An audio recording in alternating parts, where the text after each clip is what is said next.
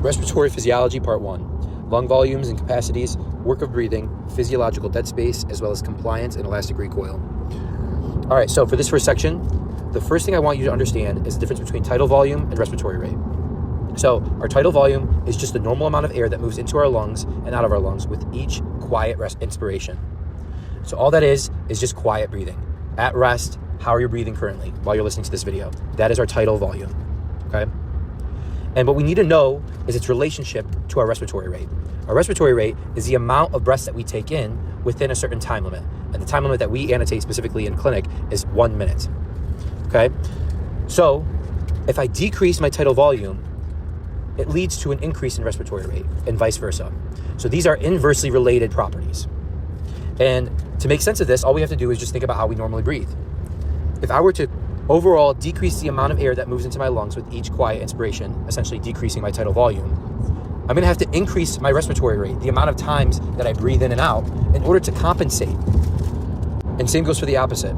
If I were to increase my tidal volume, essentially increase the amount of total air that I bring in with each quiet inspiration, then I won't have to breathe that many times in a minute. So I overall decrease my respiratory rate. Okay? And this is important specifically in patients that are being weaned off the ventilator. On the ventilator, as you're weaning off the patient, their total tidal volume is going to be decreased because the work of breathing is now onto their own body, not on a machine. And since the tidal volume is decreased, you're going to see a compensatory increase in their respiratory rate. Okay, so always keep that in mind. Respiratory rate and tidal volume are inversely related. And we'll see this specifically for two pathologies. One, restrictive lung diseases, and two, obstructive lung diseases. In patients that have restrictive lung diseases, they have an increase in their respiratory rate and an overall decrease in their tidal volume. Whereas patients with obstructive lung diseases, they have a decrease in their respiratory rate and an overall increase in their tidal volume. And we'll talk about those specific pathologies later on. But the whole entire aspect and the whole entire point I'm trying to point out is that tidal volume and respiratory rate are inversely related. Next is physiological dead space. So, as we said with the anatomy of the respiratory tree, there's a zone known as the conducting zone. And the conducting zone is where we have no gas exchange occurring. And this is known as physiological dead space. Essentially, there's dead areas where there's no gas exchange taking place. However, this physiological dead space can become at times pathological, and it can become greater than anatomical dead space in patients that have lung diseases with ventilation perfusion mismatch issues. So let's say I knock out a couple alveoli, then I've increased my physiological dead space past my normal anatomical dead space. Okay? And we'll talk about those specific pathologies later on as well. Now, if I increase my dead space, the main problem I need to be thinking about is an overall increase in CO2 in my blood, okay? Which is known as hypercapnia.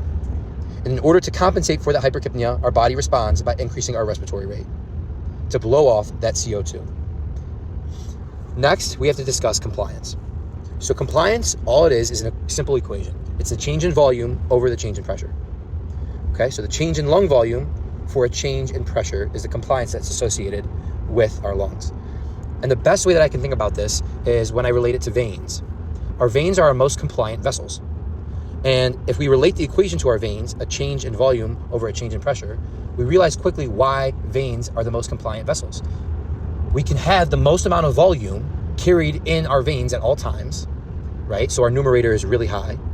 And veins have the least amount of pressure out of all the vessels in our body. So the denominator is very low, leading to an overall increase in compliance.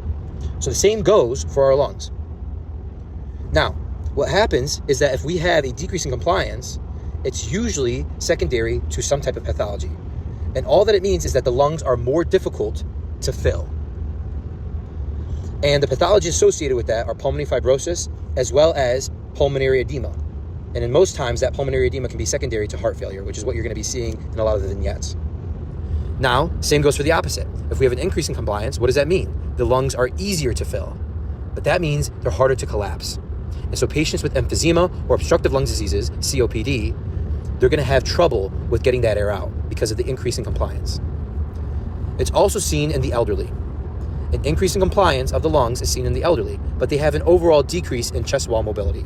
And that's something that they want you to know because it's a confusing concept. But overall, compliance does not relate or equate to chest wall mobility. Because in the elderly, you have an increase in compliance, making the lungs easier to fill, but you have an overall decrease in the chest wall mobility due to the fact that you have loss of muscle. Okay? Lastly, for aging of the respiratory system, you have to know that you have an overall increase in dead space, which we already discussed. For lung pressures, which is next, there's 4 lung pressures that we need to know about. The first one is atmospheric pressure, right? What are we breathing in?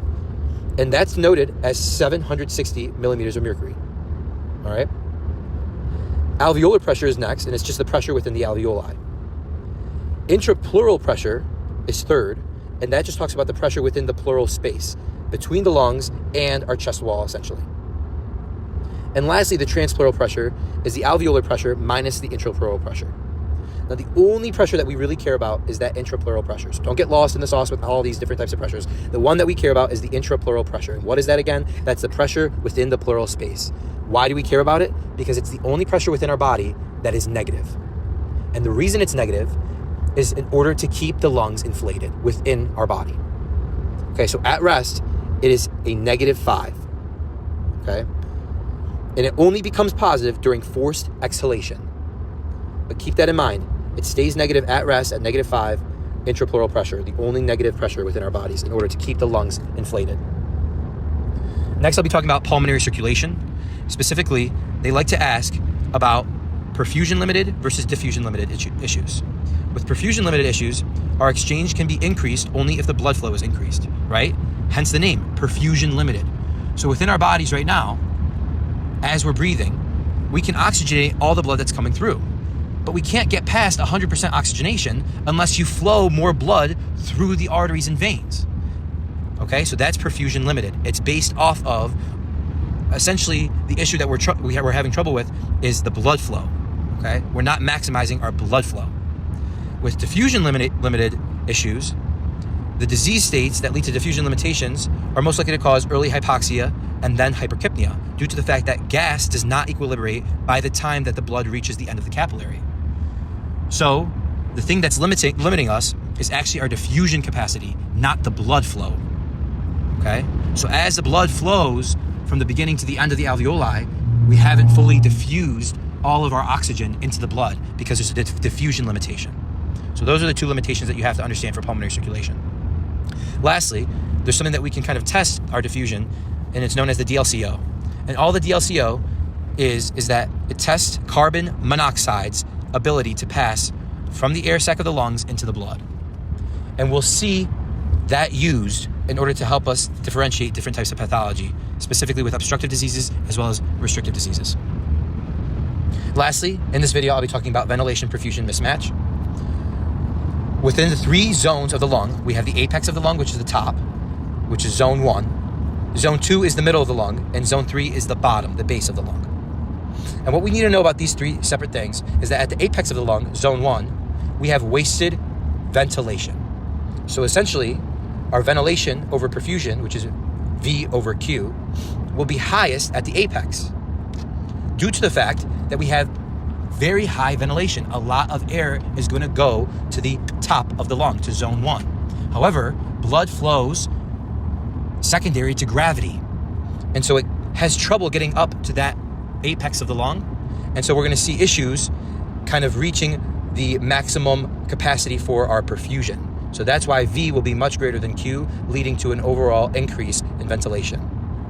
At the base of the lung, we have an opposite issue. We don't have that much ventilation occurring at the base of the lung because majority of it is going to the top. However, since blood follows gravity, you have a bunch of perfusion in zone 3. So this is an area of wasted perfusion. And what they want you to know about VQ, the ventilation perfusion ratio, is that it's highest at the apex, but both V and Q are highest at the base. So I want to reiterate that because it can be confusing. When we put V over Q and make it a ratio, we'll find it being the highest at the apex. However, if we take V and Q as separate variables, both of them exist higher at the base of the lung. Okay? And that's something that they might ask. Now, if my VQ ratio is 0, that means I've made my ventilation 0 because it's the numerator. And all that means is that there's an airway obstruction. I can't ventilate that area. So if a patient says, or if a physician says that there's a VQ equal to 0, that means ventilation is 0. Hence, there must be an airway obstruction. And 100% oxygen will not improve that VQ equal to 0 because there's an obstruction that's blocking the ability for gas to get through. And one of the main examples is a foreign body aspiration.